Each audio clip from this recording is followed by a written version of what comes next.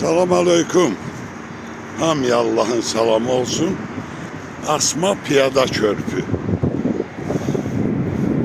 Çok güzel ve muhteşem Allah'ın olsun. Halaldı da. Eşk olsun, eşk olsun. Beh beh beh beh. Güzelliği var, güzellik.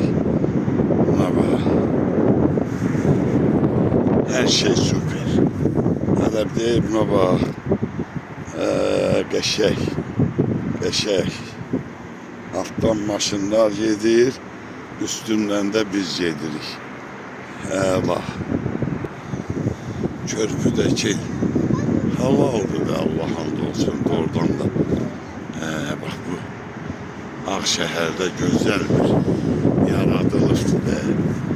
Mənzərədir, doya bilmirsən baxdıqca. Ləzzətdir. Bax belə.